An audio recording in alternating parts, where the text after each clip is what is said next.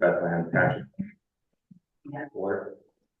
Notice of this meeting has been provided in accordance with section 3D of chapter 231 of the Public Law of 1975, calling on the Sunshine Law at 7:34 p.m.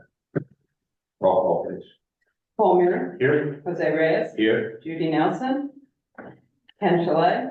Here. Grace Ann Kelly. Here. Philip Bellin. Here. Ryan Messinger. Here. Jose Madero. Here. Brad Nelson. Here. Jeff Coletti. Here. Steve DiLorenzo. Daniel McDonald. Here. Express your pledge. I pledge allegiance to the flag of the United States of America and to the republic for which it stands, one nation, under God, indivisible, with liberty and justice for all.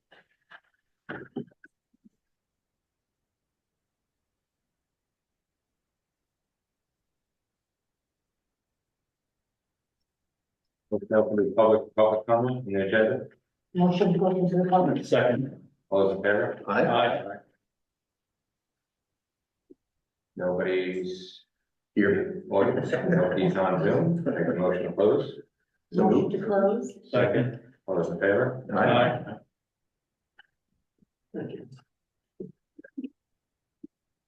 Steve said if you wait long enough, I'll be here. I'm just gonna run a little bit late. So maybe we'll be walking out and be called up. But, let's go through the meeting minutes, February 24th. Daniel wasn't here, so I should be having a absent.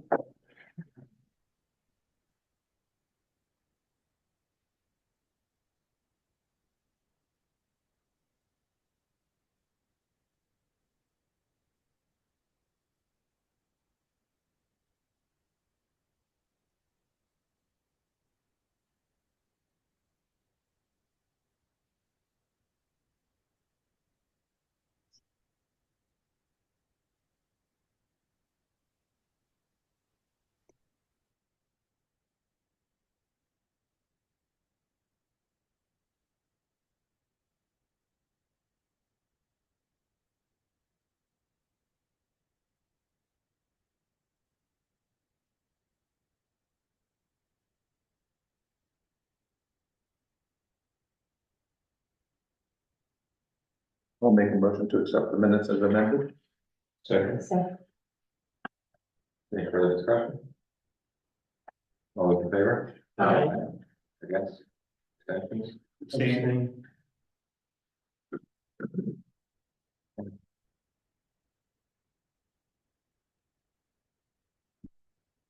The public, there's no public is present.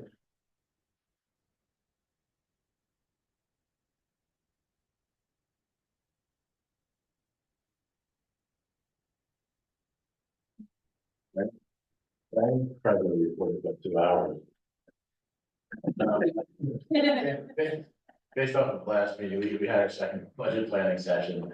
Thankfully, we thought we might need 3 this year, just based on the assessment changes and challenges to the budget, but we were able to complete the budget. We'll be introducing the next meeting, March 20th.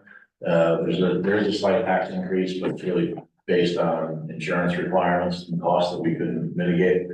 We ended up, I know here it was 33, we ended up reducing the tax rate by 36%, trying to mitigate those adjusted values. So that budget will be public upon introduction, and if there are any questions.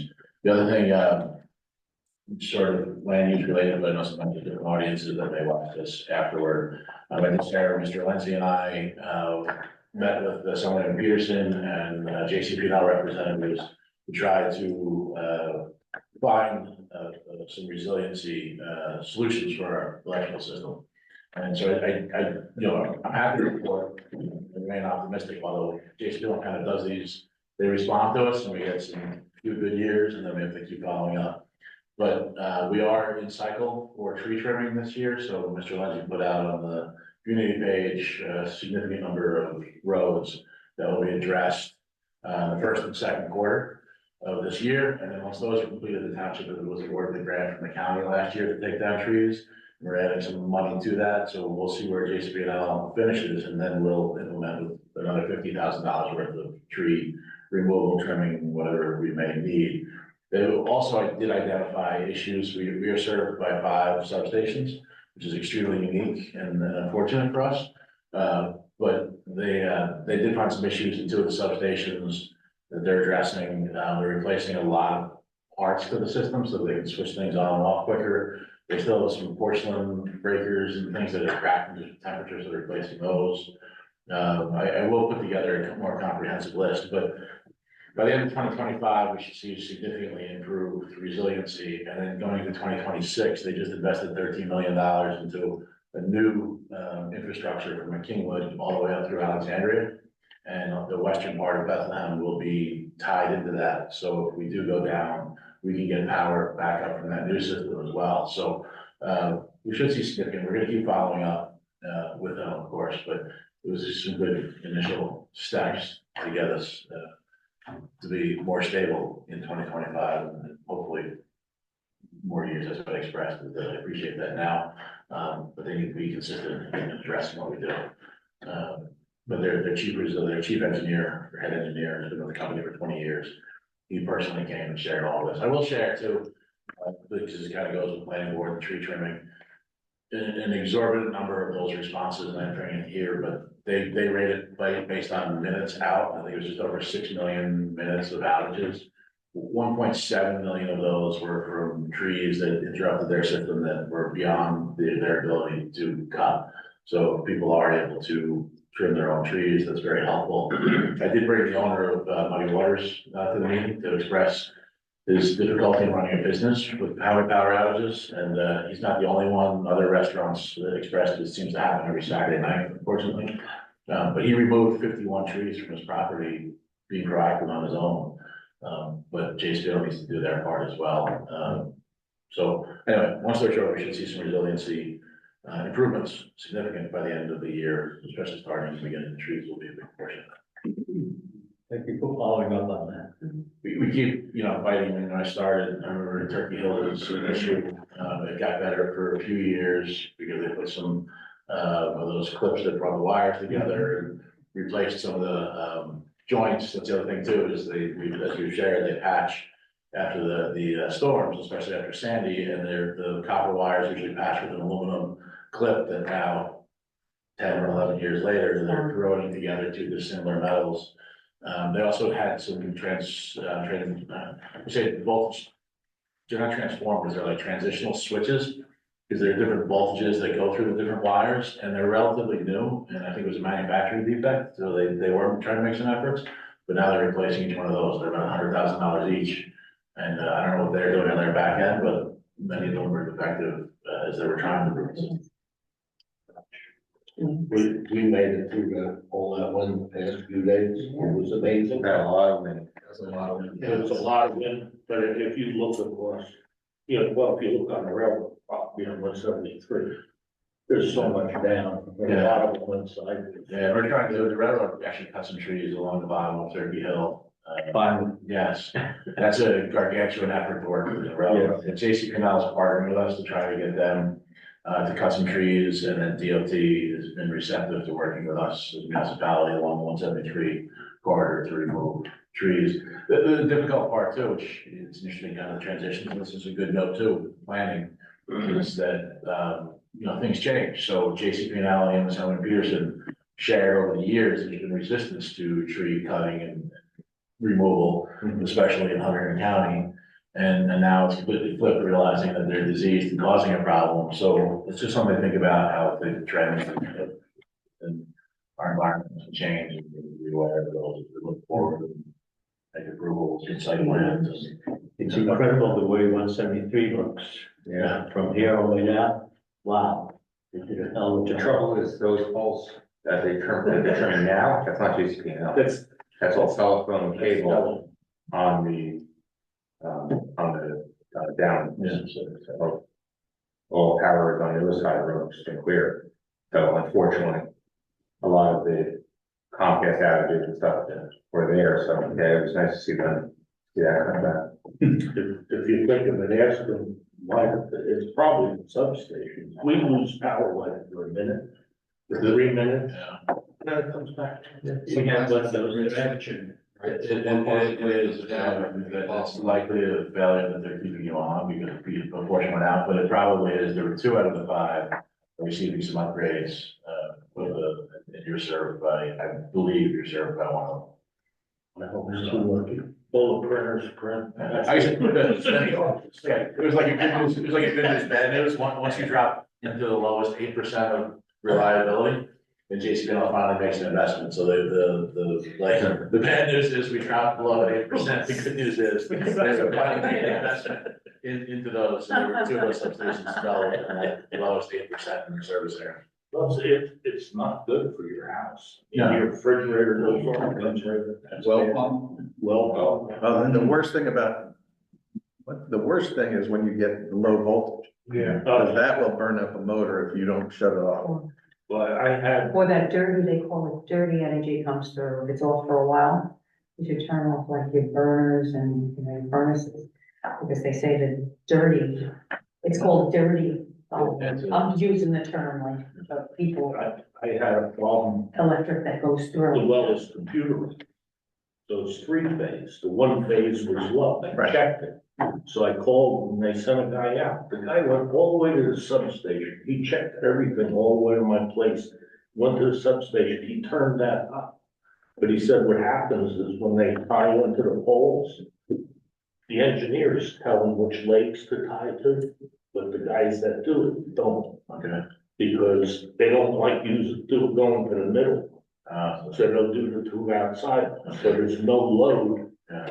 There's less, Wow. there's less load. Oh, this guy was he was an old timer. He was handy versus whole thing should be changed. But I will say, like, with that, you know, you found it, but if you come home and you see that the lights are flashing, or even if you have a minor voltage drop, you know, it's a brownout, still report it, and get a confirmation number. One, because those reports do go to BPU from JCP&L, so it documents everything. But 2, the brownouts, they describe are kind of like a water hose. And without those confirmation numbers and reports, they can't pinpoint where the power is dropping off of. So if they can see then they'll send the engineers out to go investigate why. Maybe it's one of those joints, maybe it's one of those boxes that's been failing. But without us calling in, because people are like, oh, brown out, live with it. You really need to call it because it helps them come try to fix Makes that. sense. I usually do everything with the phone, so if I record it on there, Yeah, you did yeah. Sometimes they tell me the power is out, they tell me. Yeah, before you could do it, yes. I've actually gotten this. Yeah, that happened, they said it was out, I had it. The other thing, Paul, and there's, in Bethlehem Township, it's probably more common than in a lot of other places. If you have another pole on your property, that's called a secondary pole, they are still responsible to clear between the street poles and that pole. Yes. So you have to get that, a lot of times they won't do it. And what they shared too is, that's why I brought up about the kind of the thought process of the trees. They're actually this time asking if you are a resident, you see them come out, like some residents already posted in the community page, and they got a little door hanger. Feel free to come out and point out and ask them to cut more. They may or may not do it, but they're encouraging residents to be more active. And our DPW, we did talk to them, we asked them to be as aggressive as possible. Sometimes they said, well, we're out and our trucks fill up with the chips and then we said, no, leave it on the side of the road and our DPW will come out. I'm sure the people in Bethlehem will take the pieces of wood as well. So hopefully we get more cutting based on some of that also. The problem where some of the stuff, some of these trees are gonna suck it up. So if they don't, like, cut it to the ground, even if they cut it to the ground, then the tree itself rots. Okay, and then you got a new tree coming off the old roots, which is weak. And, you know, so that's future. That's our future problem. Who's the next generation? It don't take long. So those are.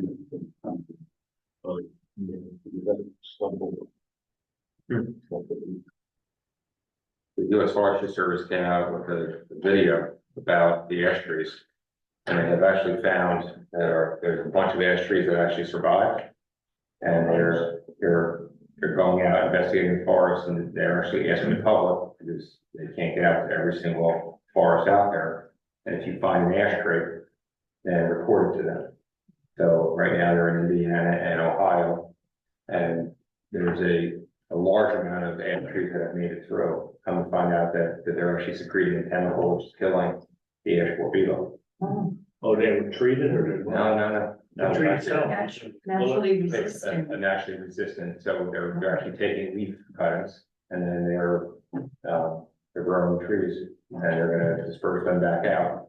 Right now, it's part of a federal program, but they're gonna have to do it more regional wide because a tree which is adapted to here isn't gonna, live down in south, downtown.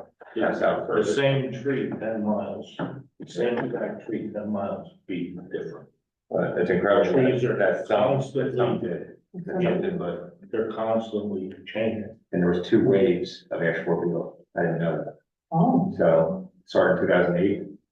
And so there were 2 actual waves, and so the second wave destroyed just about everything, but there's some did make it. The scary thing is if they adapt to another tree, and that's what they said. that's the scary. Any other board members have anything?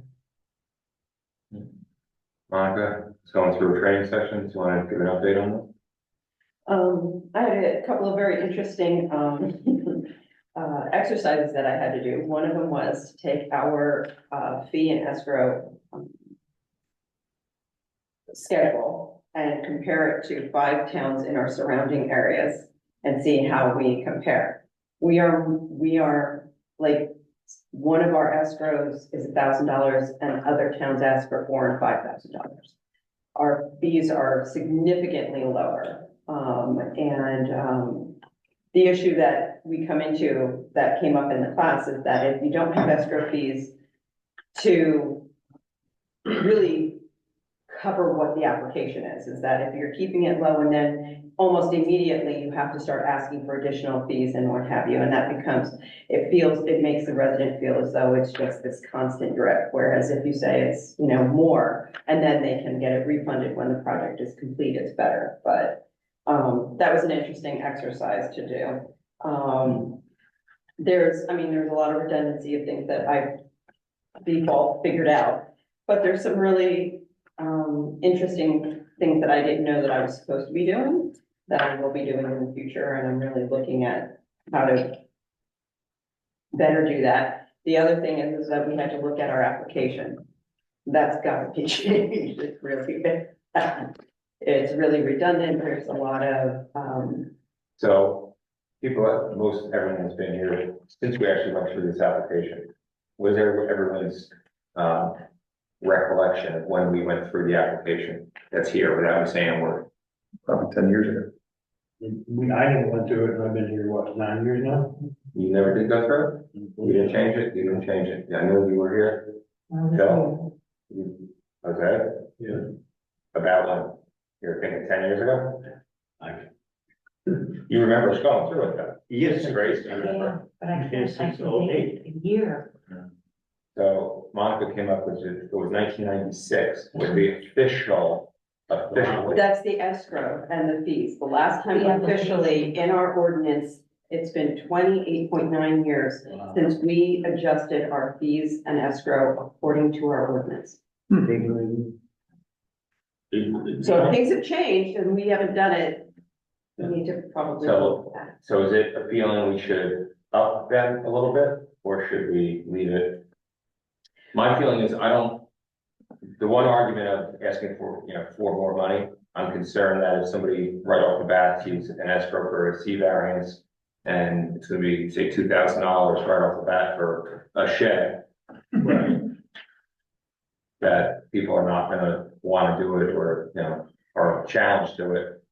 Or do we, go big in the beginning and then, And the biggest problem that I have with that is not our professionals, but there are professionals out there who see it, they see a big pot of money, they're gonna use it.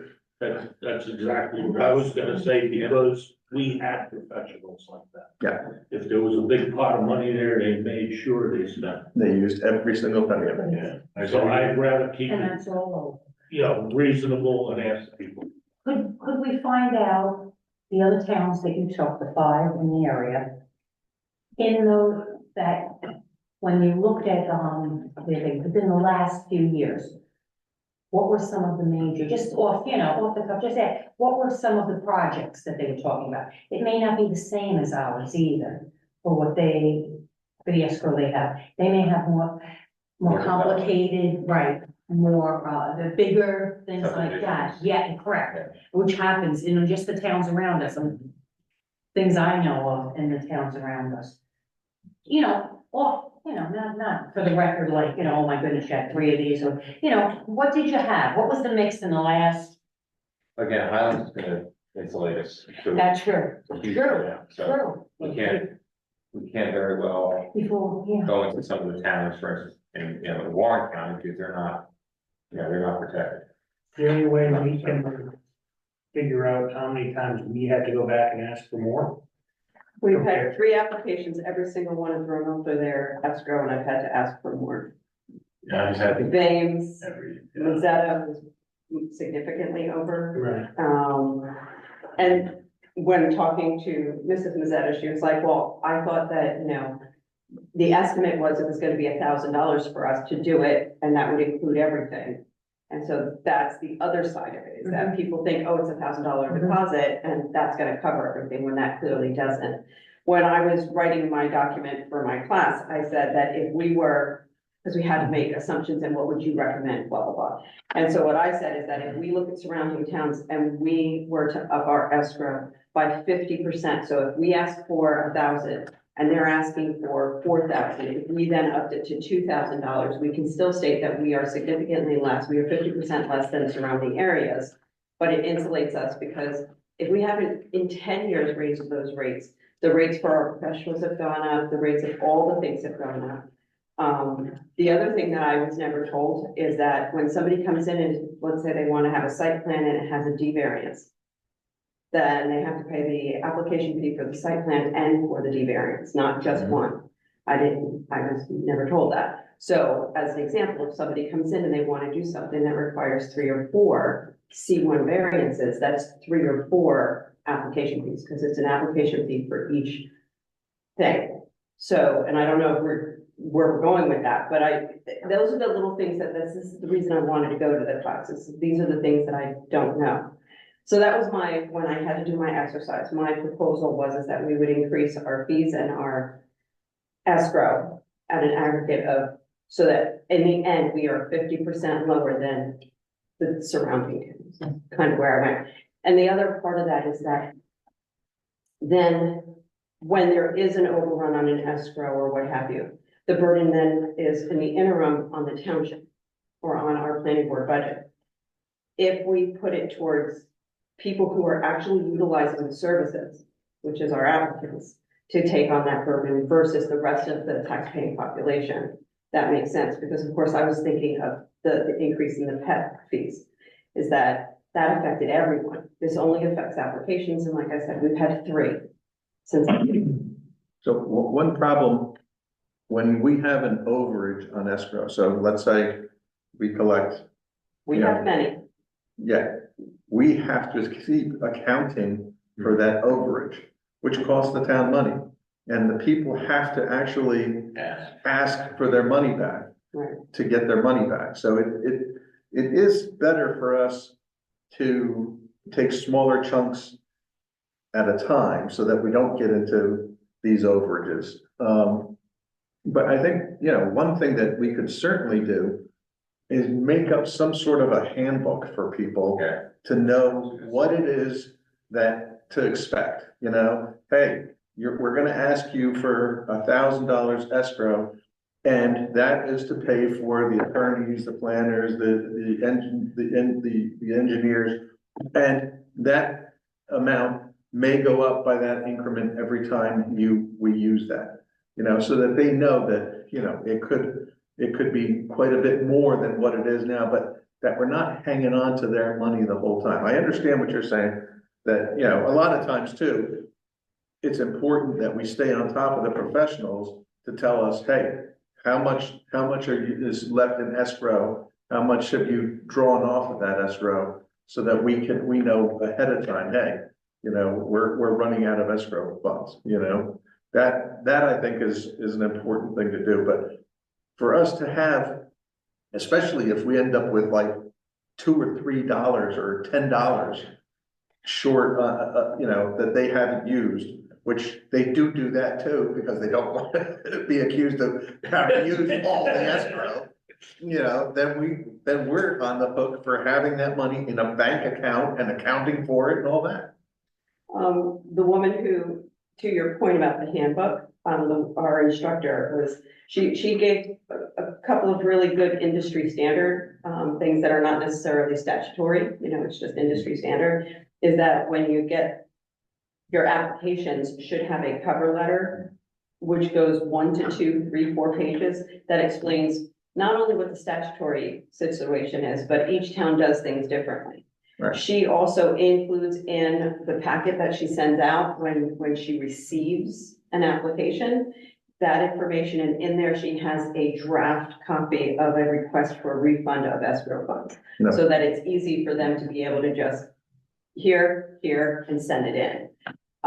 So there's things like that we can do, but that's the biggest part of our application is it's very confusing. There's no instruction. When I went and looked at other towns, there is significant instruction that is available for people. So I think that that's a huge piece. I think And that- granted, I've only had 2 classes.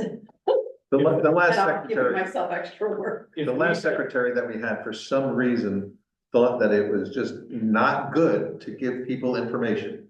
I don't know why. It was.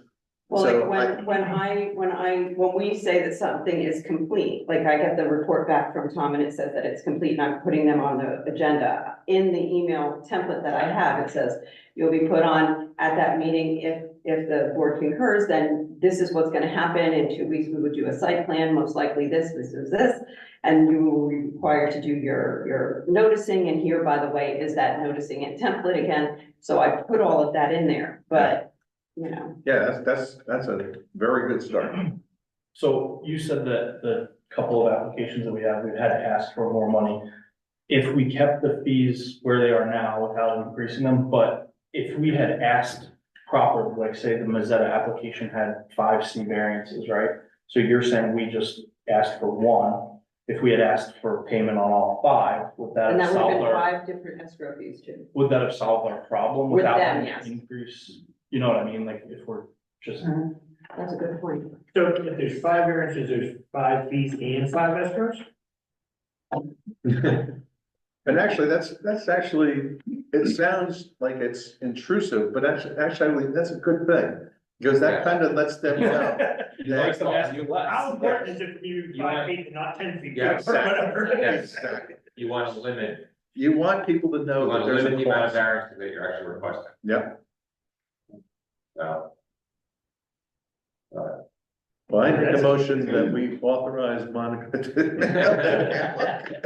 We do what they do, just the approve handbook that's Oh, yeah, attached. I like the that, cover yes. sheet. And I like that one where you sign off already. If there's anything left, you give them permission to mail it to you. And that's that. One of the reasons we haven't done it is just being a staff member that would actually. But then there was some discussion too, like at the bottom of the guideline should be like a note, this is not inclusive of all situations. You must make your own, like whatever legal language or maybe Scott has something. Yeah, But that was once part of the conversation that somebody would look at the sheet and be like, well, you said that I just need to do this. And then there might be some individual need, change, cause,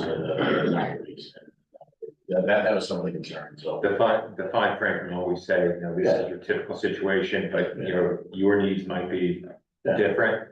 And you should always contact your own attorney or professionals. Attorney to guide you through this process. And Tom would be the one to help me with restructuring the application, so it's not so redundant. It literally, there are 6 or 7 different places where it's your name, your address, your block and lot number. It's, like all the same information, but it's in multiple places on the same application. And so there's a way that the new industry standard is you have your standard administrative information and then, application specific and then properties. So it's actually broken out so that you don't have to, let's say they are asking for 3 variances. If you don't have to have multiple places, you have your standard, this is the name, address, block and lot, all that information, that's where your escrow stuff goes and what have you, and then you have your application specific and variance specific things. So there's a myriad of ways it can be done, and we can do a fillable PDF without having to buy any software and without having the applicant need specific software. So that makes it, although we won't have ever, at this point, I don't see us doing online submissions, but I can see, and the other thing that I'd like to add is a digital copy request. And until we start getting really busy again, I mean, the last 2 meetings have been fairly light. So this is something that we can start looking at. Yeah, So, I think that legal disclaimer at the end is very important. Yeah, I would have Tom say that it's sound from an application, so because he's the one who does the completeness. Yeah. And then the attorney, obviously, I want him to look at every word on every page to make sure that we haven't. Yeah. Because I don't want to be on the hook later. Well, yeah. For business. I don't think that you would be, but it wouldn't I mean, No, I mean, everything that's on the application, a lot of the questions that were put on the application when we redid it was to basically give people a thought process of questions that we were gonna be asking here. So we don't like to see a lot of NAs on applications, why do you think such and such, NA? Not what we want to see, we want to have people that are actually thinking about answers to the questions that we're gonna ask them. So, yeah, that one with the 5 variances, he had NAs everywhere, and it was like, a lot of those were Needed to be definitely answered. had, Yeah. needed to be answered. Well, on the cover sheet, you could have something that goes back, on this line, look at this part of the cover sheet, and then you could. I think the cover sheet would be good for just that, at least explaining that outline of exactly, what escrows are actually used for, what they are not used for, because, this had or its wife had a different understanding. So we would look at something like that, and then, a very high-end overreach, but explaining that, this is still a legal proceeding that's gonna be going, and we're gonna still recommend that everybody contact their own Yep. attorney, Attorney. engineer, or planner, as that application, is very, very specific. Did she give you a copy, like, how we go to the different towns and we've collected, this is what they do, even the ordinances? Did she give you in the class a copy? No, she said that at the end of the class, she'll give us Good. anything, we can request use any that other as a things. template I have a too. letter, That's very I have good. a list of Those things. forms and that, we could tweak it however, And then you just have to, streamline. hope for me that I went first test next week. And I'm on the road, so it'll be interesting. I'm leaving Wednesday, arriving in Indiana. And then an hour later being online, so driving overnight and have an hour of rest. Doing our review, doing the test, resting, and then going on for another 10 hours in College Nebraska. Baby's first birthday, so. Oh. You got this. I got this. So then before we raise our rates, I should decide whether I want another shed. If it's like the tree ordinance shut time. Nothing's like the green ordinance. And again, the tree ordinance means all dead, disease, and dying trees, because as you said, 51 trees, kind of goes against our tree ordinance, Yeah. but they're dead, disease, all dead, they're all All dead. dead, right. Oh, my goodness. Thank you. I was looking into the woods the other day, everything that's dead, it's like, we got a tree ordinance now, and everything's dying. Yeah, If you ever coming up 173 coming this way, look right over my house. Oh, You go there, it's like trees in every different direction. It's 500 78, 287, it's terrible. Oh, yes, on that. I ordered a third car. Little problem was there's a fire. So It that's my is. Planning repair, Especially in California with the gas. She's gonna get a check for the garage. And town to town, look at everybody's town, it's terrible. Tell you what, I mean, they're having flyers out online, there's some flyers in Connecticut. South Carolina, you know. I never heard of being fired South Carolina before. Well, I have, but it's not, Although maybe just. They have- I have a lot of, well, they had They five. found me. Oh, yeah. Yeah, years past, they've been one or two. Some people. All right, we do have one resident on, so I need a motion to open the public. Motion open to the public. Second. All those in favor? Aye. Any public comment or questions for the board?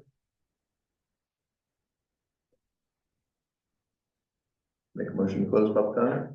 Second. All those in favor? Aye. Okay. All right. March 13th, Greenwich Township has a planning board meeting for their warehouse that's going, if they're attempting to put it on 173. So, I've been hearing, I've been seeing they have signs now out there and, they're trying to fill up the room where I understand 84 people need to show up and they have to cancel it. So if 84 people show up at the township building, you pretty much have to move it to a school. The room is smaller than ours? Yeah, by 5 people.